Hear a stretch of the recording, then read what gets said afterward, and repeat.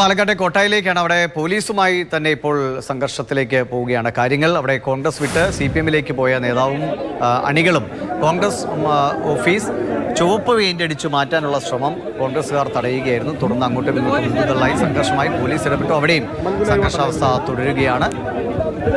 മോഹൻകുമാർ എന്ന കോൺഗ്രസ് നേതാവാണ് CPM-ലേക്ക് ചേക്കേറിയത്. അപ്പോൾ താൻ വാടക നൽകിയിരുന്ന കെട്ടിടം അത് തൻ്റെ ഇഷ്ടപ്രകാരം ഉപയോഗിക്കും എന്ന അവകാശവാദവുമായാണ് ഇദ്ദേഹവും അനുയായികളും എത്തിയത്. പക്ഷെ അതിനെ കോൺഗ്രസ് പ്രവർത്തകർ ചോദ്യം ചെയ്തു. നേർക്കുനേർ കയ്യേറ്റത്തിലേക്ക് പോകുന്ന കാഴ്ച കണ്ടു.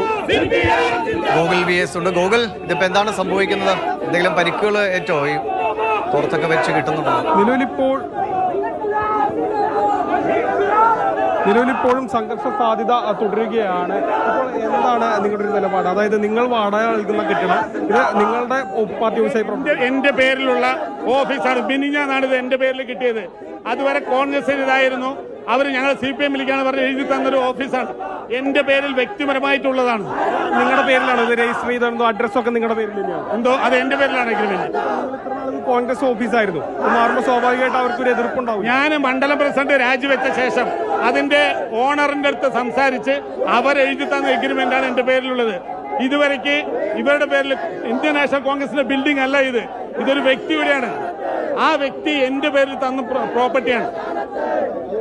എന്തായാലും ഇവിടെ CPM ഓഫീസായി പ്രവർത്തിക്കും. ഇത് CPM-ന്റെ ഓഫീസായി മാറും. കാരണം എന്റെ പാർട്ടി ഇപ്പൊ CPM അപ്പൊ സ്വാഭാവികമായിട്ട് അത് ചെയ്യണ്ടേ. ഇതാണ്, അതായത് CPM-ന്റെ ഓഫീസായി ഇത് മാറും. ആ നിലപാടിൽ മാറ്റമില്ല എന്നാണ് പറയുന്നത്. അതോടൊപ്പം തന്നെ ഇവിടെ കോൺഗ്രസ് പ്രവർത്തകരുണ്ട്. അപ്പോൾ ഇതൊരു സംഘർഷ രീതിയിലേക്ക് പോവുകയാണ്. ഇത് സംഘർഷ രീതിയല്ല. ഇത് 60 വർഷമായിട്ട് ഇന്ത്യൻ നാഷണൽ കോൺഗ്രസിന്റെ ഓഫീസാണ്.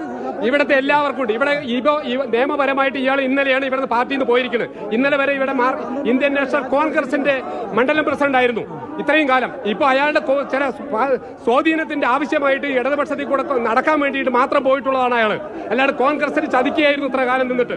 അയാളുടെ കൂടെ ഒരാളും പോയില്ല. ആ പോകാത്തതിന്റെ വൈരാഗ്യം ഇങ്ങനെ തീർക്കണോ?